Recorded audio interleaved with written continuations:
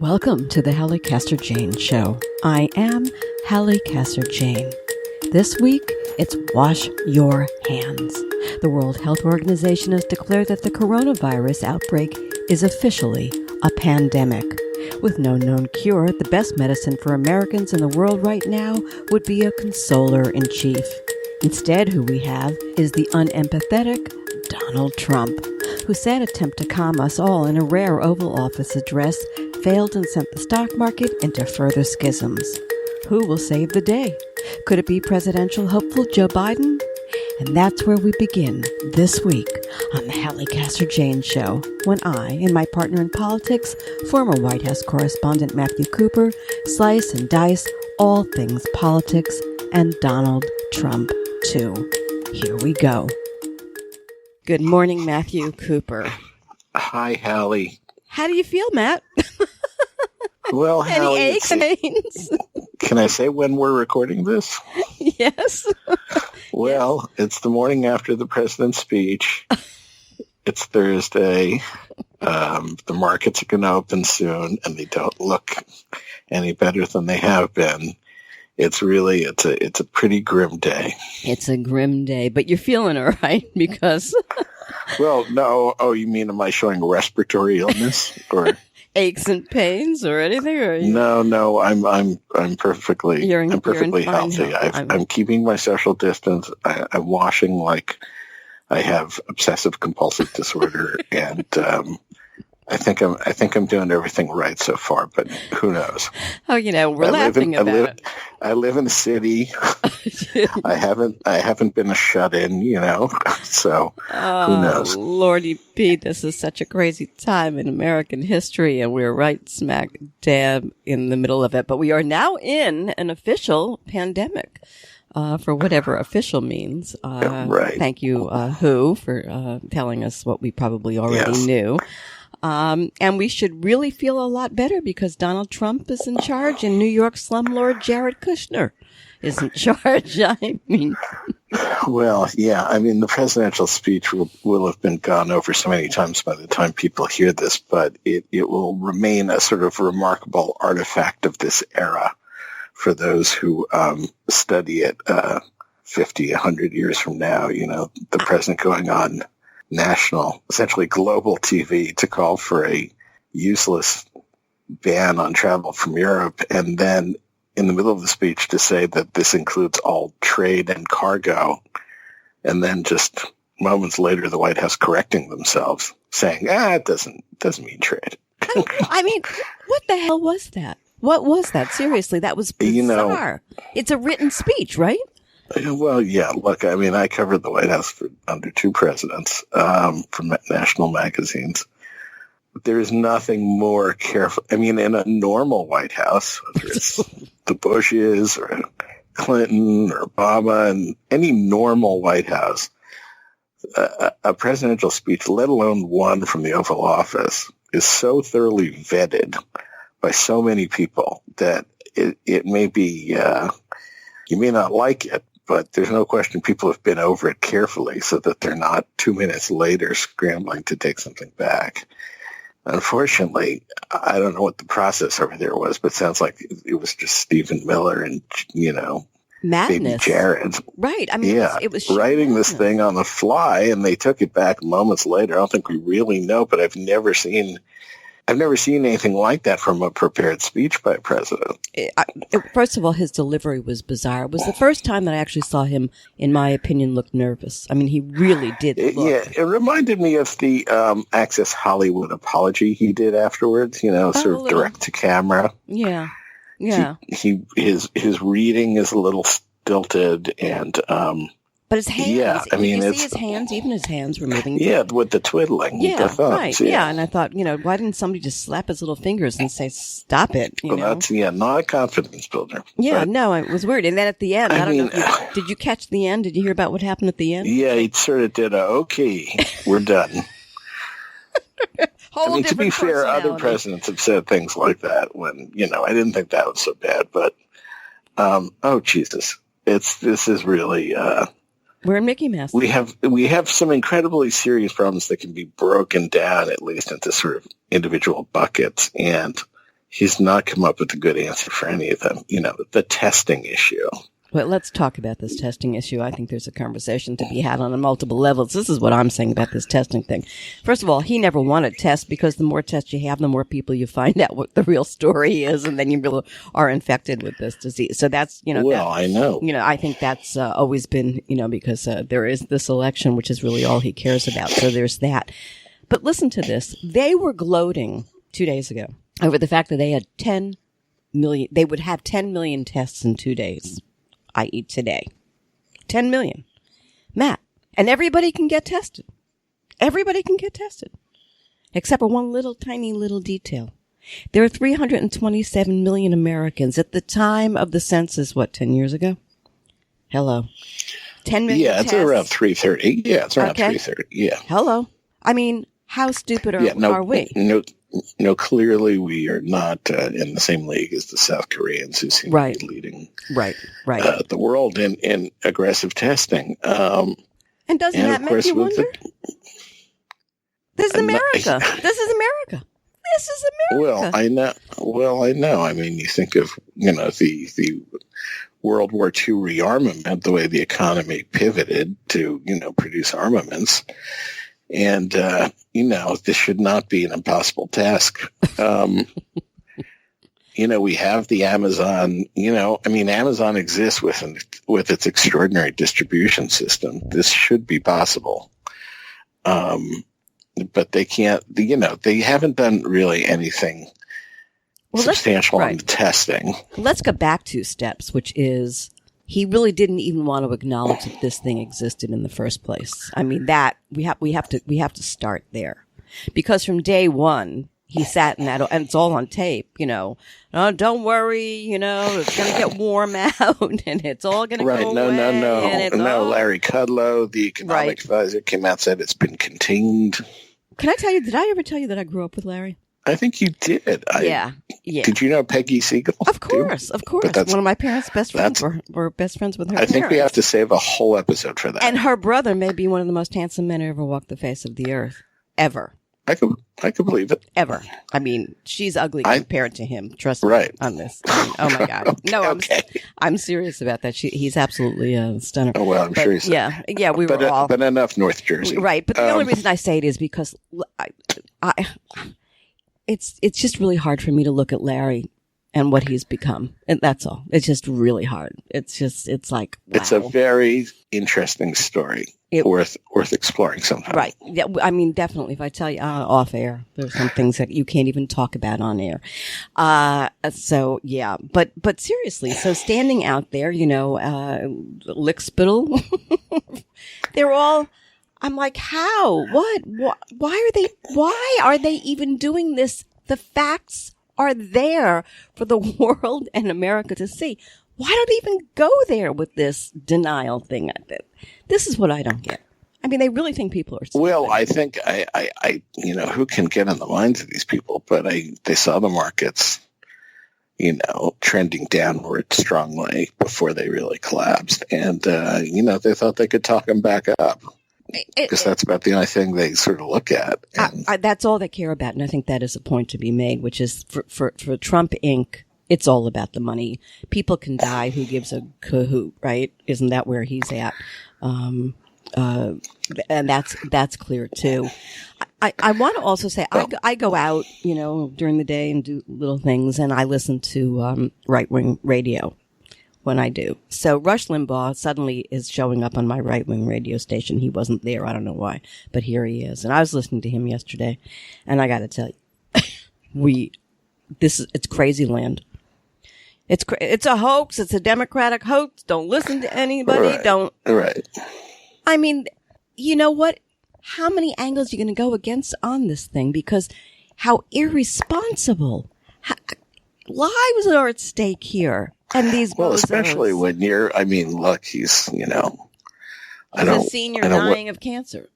Oh yeah, I don't wish poor health on anyone, but here's a guy who is I'm sure getting lavish and great medical attention, and that's all fine. But then to be so totally indifferent to the looming tragedy affecting others is really it's mind-boggling.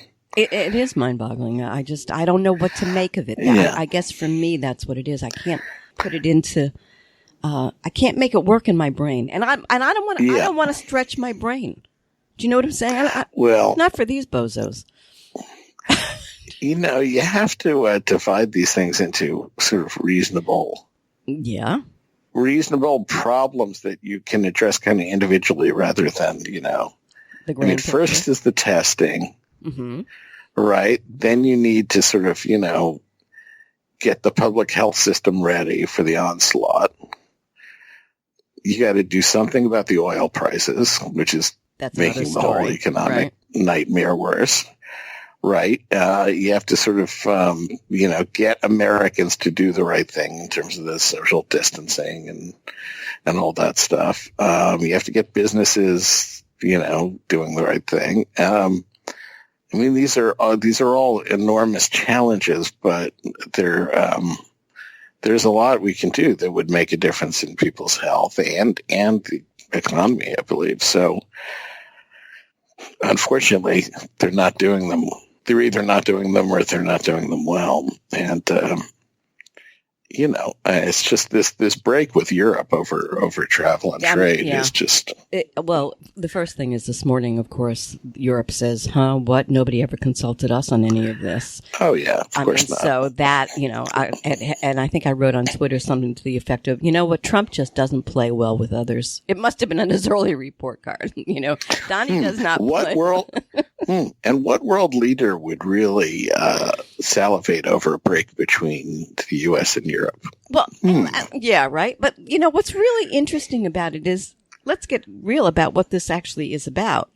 It doesn't include the UK, which, of course, is no longer part of. Of course, that was just a sop to Johnson, yeah, right? But there also happens to be a couple of golf courses of Trump's in the UK that are on their last breaths of survival. So, maybe he's building a Trump Tower in London. We don't know. But, there's that kind of thing. This is well past the stage of, excuse me, don't fly, into our countries and vice versa, because this thing's in the air. It's in the air. So the whole thing, it was crazy, but why he sat there in the Oval, and this was the political, and he says, man, we all have to come together. Oh, I know. It was, with about as much, that was really pretty bizarre coming from him. Yeah, right. And then he goes and he alienates half the world. And then this trade thing. Go ahead. For most of the night, I thought, okay, so French Burgundy is going to be turned away at the docks in New York, but Scotch can come in. It's true, right? Stolichnaya. Definitely. I think can come in. Yeah. Well, that's the other thing, and you started to say it, and I may have jumped on your line, but the fact of the matter is, Putin's not affected by this, and, all of the Eastern European bloc is like, come on in, bring your diseases. Yeah. We're happy to have you here, because Putin would have gone apoplectic if he had dared to ban Russia as part of all of that, and Russia is European. So there's that. The whole story just gets crazier by the gosh darn minute. There's no question about it. I want to go back to even Megyn Kelly. Megyn Kelly, right? Even Megyn Kelly. Oh, God, yeah. Well, but, she was hawking. I don't know who to believe. Yeah, come on. You know who to believe. What? What? Just when she's been rehabilitated. Right, right. They can't help themselves. They just can't help themselves. Any of these bozos. And Fox News. Hannity still carrying on. This is a hoax. Well, they sort of have to change the party line a bit now that after, Trump. Do they? A little bit. They got to be a little bit more like, they can't be like, this is, Nancy Pelosi invented this. See, I disagree with you. I don't think that they give a hoot about reality, because they're there to make their own reality. I'll tell you Well, something. there's been a big Tucker Hannity division. Yeah, I will say days. that Tucker definitely. In fact, I posted that. I said, when you lose Tucker, you've lost the Yes, war. that's true. When you've lost Tucker, Yeah. so it's now. Let me ask you. You live in Florida. There's some elderly people there. I'm just curious the culture, sort of around where you are. So this is really interesting. Atlantic coast. I did a study yesterday. You will be interested in this. So I was going from store to store because I'm redoing my house, and hitting all the big box stores, and everybody's very lovely. I live in a very friendly community, and everybody's talking, and I say, what do you think? And I got over and over and over again from people, in their midlife to, moving towards that 70 mark to people, let's say 30, 40 years old. All I kept getting all day, Matt, was, they're just making a mountain out of a molehill. It's not a big deal. They did this with SARS. They did this. This is just the way they play it. It's nothing to be worried about. I heard that over and over and over and over again. Now, the woman who is helping me redo my kitchen, I have to say, she goes to shake my hand at the end after telling me, no big deal. And then she pulled her hand back and she said, "Ooh, I better not do that." So, in a community, I was invited and going to this big do on Friday night where they're going to be around 100 people. And they're now thinking about whether or not they should call it off or not. So yeah. It's it's weird. There have been cases down here. We had 2 deaths not too far from me here. Plus now they're down in I guess in Broward and Dade both have incidences. But the governor here is not letting testing go on.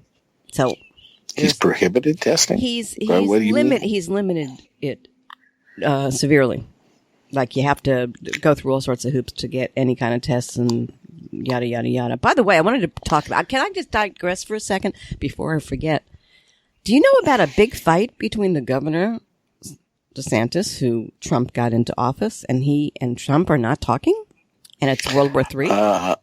No, I didn't know that. What's the issue? I can't get a whole lot of handle on it. I've got it on my list to explore this week.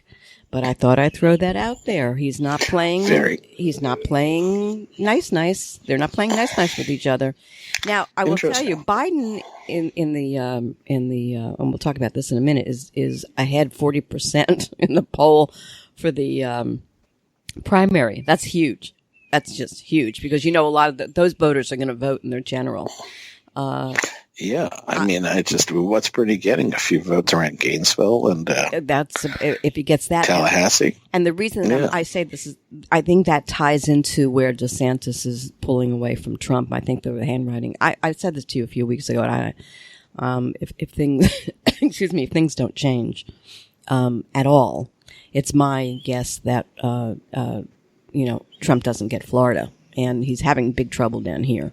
And they just reinstated, the Supreme Court or somebody just reinstated that they have to not let these people who've been let out of prison who have the right to vote now. In Florida tried to say, well, they had to pay back the money. Right. They walked it back. Right. They walked that back. So something very odd. I digress. I guess. Oh yeah. And look, when you can't visit grandma at the at Boca Del Vista retirement home because everyone's on lockdown. Right. I mean, it's serious. It is not going to be good for Trump. It's serious. My girlfriend called me the other day and she said my daughter was supposed to come down with my granddaughter, my great granddaughter, my daughter, and she said and they want to stay here. They're going to, and she said, and her husband's not well. And I said, if it were me, I wouldn't do it. I wouldn't expose anybody to anything at this point because nobody's tested. Yeah, I mean, the uncertainty is, it's just overwhelming. It's really the uncertainty that's killing. It's causing so much damage. It's not, It's not pretty. I think once you get the testing done, as bad as it may be, it'll settle things down a bit. You think? I can't figure that out one or the other. Tell me about this. We're talking about Florida. How is it up there? What's the sense that you get? Are people worried or are they? Well, I think you do see, I live very close to the National Cathedral in Washington, D.C., one of them, on the promontory high above the city. It's really a commanding figure here. And it's closed for the next 2 weeks. No Episcopal services in the D.C. metro area. Yeah, I find that incredible, don't you? That's so, when you have the churches like throwing up their hands, it's and I don't mean they've abandoned their mission, but just they don't feel it's safe for parishioners. It's pretty serious. A lot of people working from home. I sense, just kind of in a creepy way, every time I go to the grocery store, there's like there's some aisles that always seem conspicuously empty. I think I see a lot more I like to shop for food myself. I see a lot more Instacart and delivery people roaming the aisles instead of the actual buyers. So, you sense it. You kind of feel it, but, it doesn't, at the same time, it doesn't feel that different. Yeah. I'm aware. I'm aware. I feel it. And I'm sure you feel it too. It's there. It's like two little eyes sitting on your shoulder kind of deal. Be careful. And then when you hear this, when you hear Tony Fauci get up there and completely contradict everything the president has said. Right. I mean, this guy's worked for 6 presidents. I mean, as the head of allergies and infectious diseases. Right. I mean, then you kind of, you have to go, I mean, this guy's not mincing words. He's like, this is how it is. I mean, and you wonder how long it is till, Trump Mattises him, Oh, well. I mean, we're back to the adult in the room thing. Yeah. Oh, no, there's no question. So how do you think President Pence is doing? Well, I will say, I mean, look, you don't have to be a fan of President Pence, but I mean, a couple of things he's done right. I mean, they kept Obama's AIDS czar from the White House, who's kind of the operational head of this task force. So that's good. I mean, they didn't replace her with, some numbnuts. His tone is, he was Knight A. Ensley when he went out there. His sort of tone has not been, crazy Trumpian. I mean, that said, it's totally ineffectual until you really get these tests moving and do something about the other problems related to this. So, I know his history in Indiana. I know he's, I know all that's wrong with him. I'm not denying that, but at least he's done a couple of things that suggest that, had Congress impeached Trump a month or two ago, we might be in a better place related to this. Yeah, it's the constant, the president's doing a great job. We're so proud. Yeah. That's completely makes me sick. I don't think, and I mean, it's bad. It's bad. Mean, of course. It is. And let me throw this out. I don't know if you know this, but, in 2018, this part I'm sure I want to just remind our listeners too that Trump fired the entire U.S. pandemic team. But then there's this. As we speak, he's proposing a $9.5 billion cut to HHS, including a 15% cut of $1.2 billion to the CDC and $35 million decrease to infectious diseases rapid response reserve. I don't think that's going to happen. While this is going on, he is insisting, yes. Yeah. I mean, it's insane. It's not, I don't think it'll happen, but it's insane. Well, it's there it is. There it is. But, so we get to this. Well, there are two things. One thing this, I think, has proven to naysayers, and that is government is very important. Yes, I couldn't agree more. I mean, people, what people like in a crisis? Government. They want, right? This is what they want. I mean, this is important this is important to we've gotten on this, not all of us, but a lot have gotten on this, government's bad, cut. Oh, I know. It's like insane. Well, remember the clamor 20 years ago to have the government take over airport security. Right. From these private companies. Now that created its own other issues, but, people people do turn to government in crisis, and look at these industries lining up for their bailouts. It's unbelievable. It's the story couldn't be any more insane, and it's funny how things work. Everything is so cyclical, and I guess there's a reason for that. But in speaking to that, can we talk about the? Oh yeah, go ahead. Go for the oil. You want to go talk? I just feel like the oil. I mean, look, this goes without saying. Trump's skill was he's supposed to be a great negotiator, and a lot of people still believe he's a great negotiator. He's going to be tough against foreign competitors and rivals. Okay, so now we've got this mess where the Saudis have used this occasion to try to really glut the world oil market and screw over the Russians and destroy the U.S. fracking industry and among other things. So the oil prices are collapsing. That's making this whole recession and recessionary economy worse. I loved it when I filled my tank up yesterday, by the way. Yeah, and there seems to be no effort from Jared, the Gulf Prince. Mr. Saudi, yeah. Mr. Saudi, to do anything about this and to talk them up a bit. I mean, nobody likes higher oil prices, but when they get this low, it's got a lot of deleterious effects on everything. And, there's no effort to use all their juice with the Saudis and the Gulf states to get this up.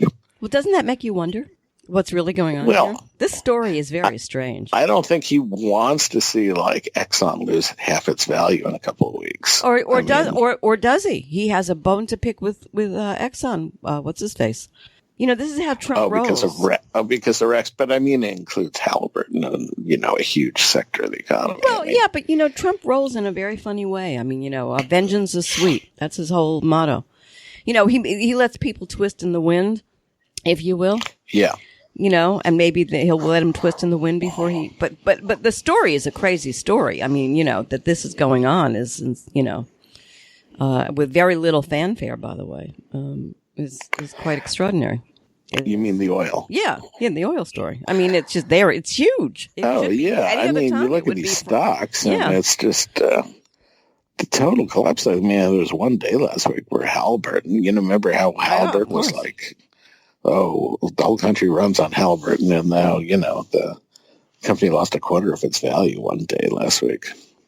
The story is, all of this is just, oh my God, can we ever get back to normal? I fear it's over. Normal is over. You're listening to the Halli Casser-Jayne Show. The Halli Casser-Jayne Show posts new podcasts Thursdays, 3 p.m. Eastern at hallicasserjayne.com and is available wherever you listen to your podcasts. Find us on Google Podcasts, Apple Podcasts, Stitcher, TuneIn, on all your favorite apps. You'll find the podcast on your Alexa device too. Just say The Halli Casser-Jayne Show. Oh, and come play with me on Twitter at The Halli CJ Show. I wanted to get to two things. All of this crazy, and Trump's approval rating is holding at 40%. Okay. I don't get it. I totally don't even get it. It should be at 10. And when people when their relatives start dropping, which is going to happen, maybe that'll change it. But yeah, I mean, look at where West Virginia, where you used to live, which has, I don't know the stats, but I wouldn't be shocked if its rates of respiratory illness were higher than the rest of the country. Oh, of course, black lung, yeah. Given the mining, right? Infection settles in West Virginia, they're going to have a higher mortality rate, almost certainly, right? If you're a retired miner. Well, the number one illness down here is COPD. Right. So, I mean, the irony is I think this thing is going to hit Trump states harder than non-Trump states. I mean, maybe not. I don't know. Utah's a very healthy state, so who knows? Yeah, I don't know. I know that some of this is utterly nonsensical as far as I'm concerned. Some of it just makes absolutely no sense to me whatsoever. And I think two stories come to mind. One is people live in denial. That's kind of inbuilt into our system these days because there's so much coming at people. They just I don't want to handle it. I don't want to talk about that. Let's move. I think denial is a big part of the American culture. The other is people are working like crazy people 2 and 3 jobs, that's no joke. Raising families, having marriages, doing this, that. I think what I discerned yesterday was a lot of this is that people really don't have time to listen to the news. They're getting sound bites about, 20, no, I don't even think they're getting 15-second sound bites. And that's how they're basing their entire world. Because people are just maxed out. They have no time. Right. But I think it's going to start to hit home when you have school closings, canceled soccer games. Cancel. I think more people are concerned over the fact that the basketball games have been. Basketball games. I mean, it is going to be weird when they're, the NBA season suspended, but when they're playing, the Final Four in an empty arena, and Bernie and Biden are on an empty stage on Sunday night, it's going to start to feel, weird. Very different. Yeah. Yeah, I mean, I don't know. Is the handshake ever going to come back from this? I don't know. It's funny. Bibi Netanyahu was talking about that because, Israel is a huggy, kissy kind of place. Right. And he was talking about, so much for the huggy, kissy. We can't do that anymore. I think the Japanese bow or the way maybe Obama had something when he bowed to the Saudi king. I mean, I think something just like an 8-degree bow. It doesn't have to be a big bow. It's like just bow. You don't have to get to a 45 angle, just maybe 10. If I go to Africa on occasion, and there they still curtsy. And they still do the old. They do the old queens. That's how people, and the man. I think I'm into the foot tap. I mean, God help us all if we survive any of it. I don't know. I had like a little chest thing going on yesterday because stirring all sorts of dust up as they're redoing this place. And I thought, I'm finished. I'm so dramatic. I'm done. Yeah. Well, take care of yourself. It's just too crazy. We need you. We need you. We move on. We move on to, and I say this because how is all of this going to play out in election 2020? The big question. The only question that Trump cares about. Go ahead. I was going to say we'll venture there, but what are your thoughts? Well, look, I think the only thing we know so far is that there's kind of a Bernie meltdown in the sense that, Biden's just crushing him with every constituency in the Democratic Party, except, the very young. And, he just can't put together a coalition. It's not a real coalition, the delegates, the wins to remain competitive. And the question now is, how much kind of coddling do you have to do of bringing in the supporters to kind of keep them happy and keep them from, not staying home or making a shit show at the convention? And, I think Bernie himself will accord himself fine. He's not going to diss Biden or endorse Jill Stein or anything, but, there's going to be a lot of coddling going on. And so that's I think where that's at for the next while. I'm not a Bernie fan. I just right, sure. Okay. Not just his policy. It's his delivery also is too much for me. I can't handle that kind of wacky. But that said, I'm sure you and I have relatives like Bernie. Exactly. And so, that said, it's really interesting to me how wonderfully he handled himself yesterday in that, presser. I was like, well, you look at this. This was his best moment. Unfortunately, it's probably one of his last. Right. He did fine. But he did. I mean, he laid it out. He gave a path for Biden to build a bridge with his with Bernie's constituencies. He helped him. He was respectful. He was moderating. No, short of getting out and endorsing him was the best thing he could have done. Well, that's it was the best Biden could hope for. Right. I mean, I only, and I'm sure he will. I thought it was interesting because he could have bowed out right then and there, and maybe that wasn't his style to do that, but he could have. But I thought it was interesting. I think one of his reasons for staying in, at least through the debate Sunday, I thought was really, or through next Tuesday again. Here we go. I thought it was really interesting to me how he he made it more of a friendly bridge. In other words, he'll go out with dignity this time. It's his last time. He knows it's his last. It was his last hurrah, and he'll go out with dignity, and isn't that wonderful? I just. It just wasn't the Bernie I ever saw before, and so I think we have to give him his due. No, I totally agree with that, and I think Biden will be very conscious to do some gestures to him and to the supporters to keep them in the tent, and it's not impossible that will affect his vice presidential choices. So we'll see. Yeah, and Joe's going to excuse me. See, I'm still coughing.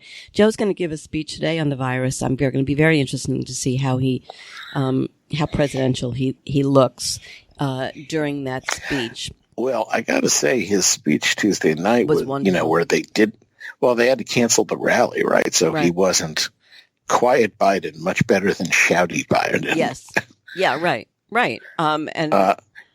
That's hard to do when you're Uncle Joe doesn't get distracted when the restaurant's quiet. Exactly. He was like more focused. His whole mien was different. Yeah, he has that what's the word for uncle like just one, it's going in one side and not the other. He just has that thing. He's just a warm guy, Yeah, well, Hamish in Yiddish. Yeah, that works too. And so so you could see him doing fireside chats one day to help us through, the angst of the times. I mean, that's just a wonderful, side to who he is, kind of thing. But isn't this a remarkable story? 2 weeks ago or 3 weeks ago, he was dead on arrival. I mean, in all your years in politics, isn't this quite the story? I mean, you just kind of keep, wow, how cool is this? This is really... Yeah, I mean, I've seen comebacks, Bill Clinton. Clinton left for dead in 92 and other moments of comeback, but never quite in the midst of the primaries where someone is so, just blows the first three, way back in the pack and then just sort of, then eviscerates the competition from here on out. So do you think it was the party happened in the modern era? Do you think, excuse me, do you think the people did it or do you think the party did it? Or both? I think it's all. I mean, I think it's as much remarked. It's Representative Jim Clyburn in South Carolina. It was African Americans. It was some coordination behind the scenes, probably with Obama to get people out of the race. I think it was smart thinking ahead about their future on the part of Klobuchar, O'Rourke, and Buttigieg to get out and get behind him quickly. I think the fact that, Bloomberg got burned so badly, I think Bloomberg had not gotten the shit beat out of him in the first debate. Things might be different. So, yeah, a lot of factors. Yeah. But there's a looming problem here. And this is what I wanted to talk to you about. I know that Mike is putting a lot of money behind this, and I know other PACs have come forward and they're throwing money out like crazy as well. But the Republicans and Fox News are ginning up. We can talk about Hunter in a second, but they're ginning up now on he's got Alzheimer's. Junior has been racking away. Oh, sure. Oh, yeah. And I mean, and they put together a rack of all of his, crazy. Oh, yeah. He touches women. He's yeah. So, they are not responding quickly enough, and I'm afraid this is all getting legs. Now, I say this because Hillary's position when they went after her on the emails is she rolled her eyes. There's no there, and this will go away. And by the time she realized it wasn't going away, it was too late. It was here. And I kind of see the same thing happening with Biden here. And it's got me nervous for him because they are not a quick response team. Not at all. Well, and also they don't. Well, I agree. And he does not have the, in the last generation, the only presidential candidates who have escaped that kind of, evisceration have been the ones with incredible skills. Obama and Bill Clinton, I mean, from Dukakis on, the Democratic nomination's been littered with people who underestimated their capacity to trash them, right? And who just didn't have the sort of dexterity to respond well. And I think you got to worry that they can take Biden apart. But I must say, this infection atmosphere kind of changes things. A little bit it does, and a little bit it doesn't, because you'll get out of reality on Sunday during the debate and Monday.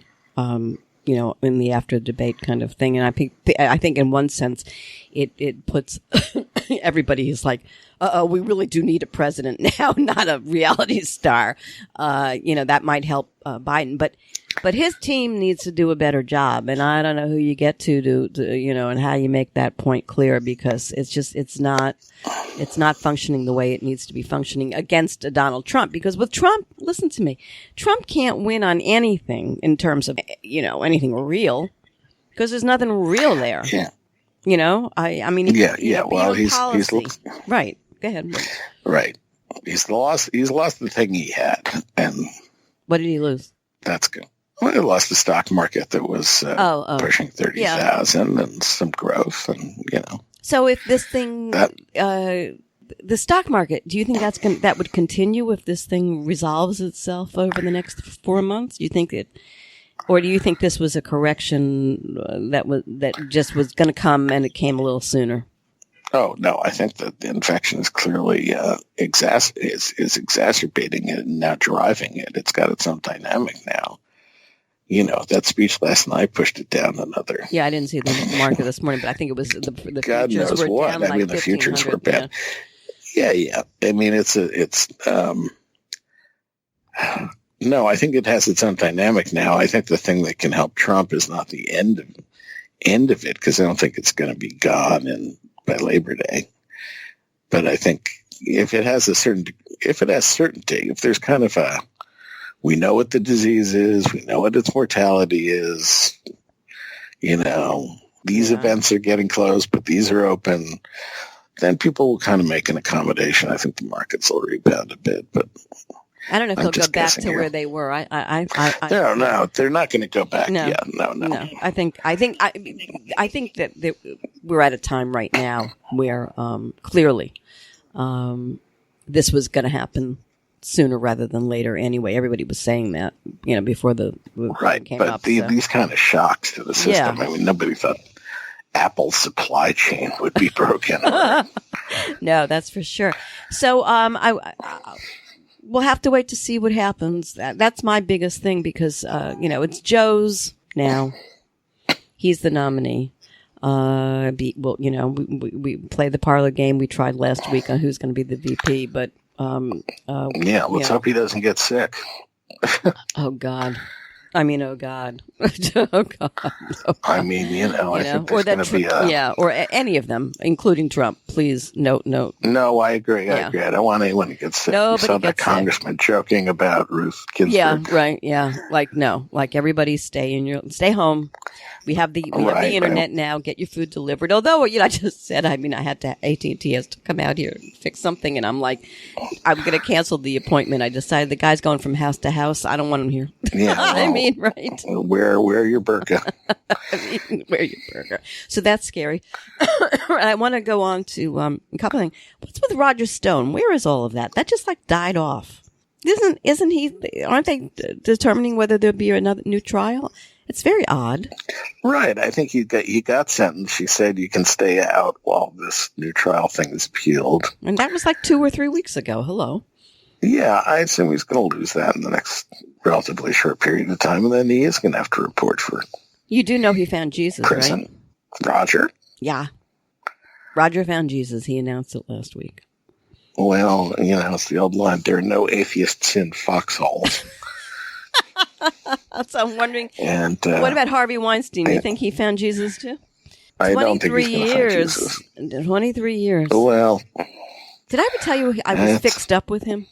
Oh, that's a good story. I think we need a special episode for that. I didn't show up. I had a big lunch where I sat next to him for 2 hours. Really? Yeah, no, I stood him up. I knew him a little bit, but yeah, who knows? Anyway, well, that I want to hear, and I'm glad you stood him up. Yeah, he wasn't my type.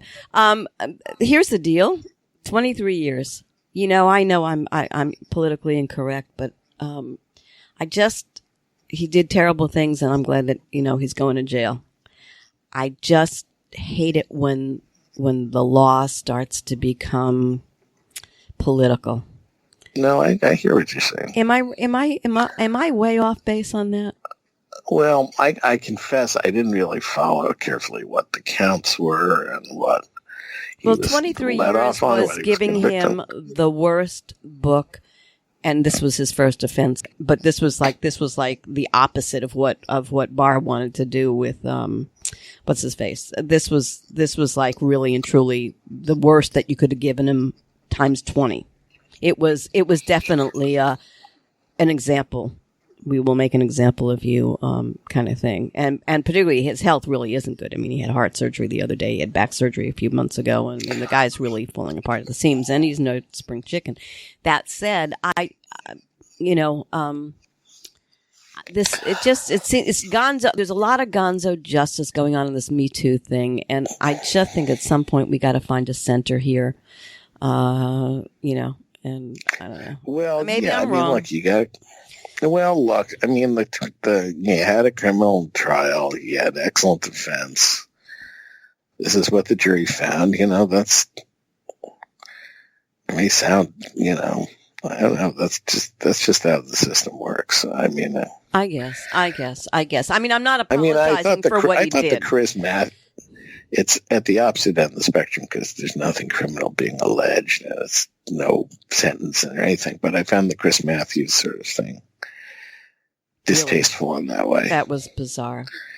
That was utterly bizarre. But so was Al Franken was, convicted. Yeah, well, we're right. We've discussed that a lot. Right. So, I mean, there's a lot of stuff that's going on in all of this that I find, we need to find a center ground here and move on to there. I want to talk about Netanyahu very briefly because there is something strange going on right now in that whole Israeli thing, which may, by the way, go to a fourth election. We talked about Avigdor Lieberman last week, and I said, this guy's got way too much power, and he started to play his power again. I mean, he could have done it the first election, the second, this was the third, and now suddenly out of nowhere he decides that, yes, we're going to make a coalition with the Arab groups. Okay. Which has been the dividing line, which has been that red line. You do not ever cut a deal with the Arabs. As a right. part of a coalition government. And now he comes and he says, maybe we can do that. And that was with blue and white. And that just made me ill. Because, what were you going to say? I'll let you go.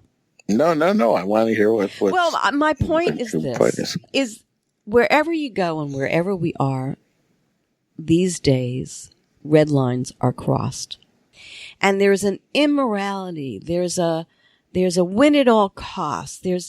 It's almost like capitalism imploding. The end justifies the means. Nobody cares about anything anymore about getting their way and winning. And I don't want to stand on some moral soapbox, but it's affecting everything there is. Everything. And by the way, this is not coming from the most hated man, Bibi Netanyahu. This is coming from the other side. Right. I get it. But, I mean, this stuff better than I do, but it's a parliamentary democracy. They're putting together these coalitions on the fly. But there was always a rule, Matt. There's a handful. No, I know there was sort of, these people want every Israeli dead. Every Jew did. Right, but they're in. I understand that, and I'm in no way endorsing their stance. But they're in the Knesset. Are you better off putting them in a coalition than shunning them? I don't know. Well, it's not. It looks like it's not going to go through because one of the MKs in blue and white said no, and we're not going there. And that was all that you needed. But that was too. I didn't look at it this morning to see what the latest. They're talking. I mean, about look, at some point, if you have a one-state solution, I'm not really convinced that's a thing, but if that's what happens, you're going to have some kind of governing body that includes, rejectionist. I don't know. You're going to have somebody. You're going to have to have Arab. You're going to have some kind of Palestinian representation. Well, there's representation, and then there's giving them more voice than their numbers per capita actually are fair to. That's right. Right. That's well. But I just wanted to say more in the larger sense of the world and who we are as a people. Forget whether you're a German, this or that or the next thing. There is something going on where red lines are getting crossed, and immorality is the order of the day. It's exacerbated by having a guy like Trump, heading, America, that used to be the number one country in the world. I think that's it's just something I wanted to say because sure. There are no rules. There are no rules. There's just no morality anymore. Okay. What else? You got anything else for me? You got anything exciting? I think that was plenty. I think the global pandemic and the crazy election and, the red lines, that was plenty. Yeah. Let's just give yeah. And no basketball. And no basketball. And, Tom and the Hanks. Tantalizing bit about you and Harvey Weinstein's date. We'll keep we'll keep that one going because that is high school with Larry Kudlow. Yeah, we're just going to have a nostalgia episode. Crazy life of life. Listen to me. Tom Hanks and Rita Wilson testing positive for coronavirus. We wish them well. If it can happen to them, it can happen to you and me. It's the Magic Johnson of our era. Well, he is my number one favorite actor of all time. Hanks. Tom Hanks, yeah. I love him. Sure, he's America's. Yeah, this is not... this is the Jimmy Stewart of our generation. This man is... Right, sure. Yeah, and she's lovely, too. And it's sad. And the thing, I brought it up because I wanted to end on there, but I just want to say very quickly on those terms. It's very interesting because I've been trying to find out how they knew that they had it. Because you keep saying, well, what are the symptoms here? And you can't really... Yeah, because they were in a real country they were in Australia. Where they could get tested. You could get a test. I mean, a real country, right? But what's interesting is what were the symptoms, right? Right. And how old is he? He's 70 or ish. He's got to be. Right? Probably late 60s, yeah. Yeah, and she just had breast cancer, so she's, been fighting that. But how did they know? And the New York Times, everybody has not discussed other than to say that he felt like he had a little cold or something. I mean, you can't even get the symptoms named as to what to look for. Just thought I'd tell you that. Yeah. Okay. No, I hear you. Yeah. Well, anyway, stay safe, my friend, till next week, please. All right. You too. All right. Okay. All right. Bye-bye. All right. Bye. Thank you for tuning in to the Halli Casser-Jayne Show, a production of Resec LLC. The Halli Casser-Jayne Show posts new podcasts Wednesdays, 3 p.m. Eastern, and is available at hallicasserjayne.com and on all your favorite apps.